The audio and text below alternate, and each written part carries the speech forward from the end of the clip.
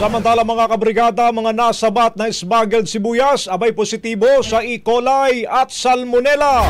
Brigada Katrina Honson, ibrigada mo! Kinumpirma na ng Department of Health na ang mga nasabat na smuggled na sibuyas mula China ay positibo sa E. coli at Salmonella. Ito yung mga infeksyon na bakterya na maaaring magdulot ng matinding pananakit sa tiyan, dehydration at posibleng life-threatening risk. Matatandaan ang mga sibuyas na umaabot sa halagang 14 milyon ay kabilang sa 6 na 40-foot container na una-umanong idineklarang naglalaman ng egg noodles at spring rolls. Nadiskubre rin sa parehong shipment ang frozen mackerel na tinatayang aabot sa 20 milyon.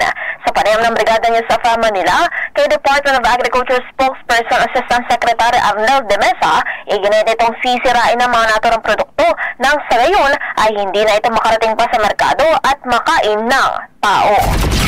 Yung initial report niya ay mataas ang E. coli at Salmonella. Kagaya nung huli natin sa Paco Public Market, na test din yun, mataas din sa E. coli at Salmonella. So pag ganito, na non-fit for human consumption, ano rin yan, isisirain din yan, i-render din yan, susunugin para hindi na mapakinabangan at hindi makaperwiso sa tao.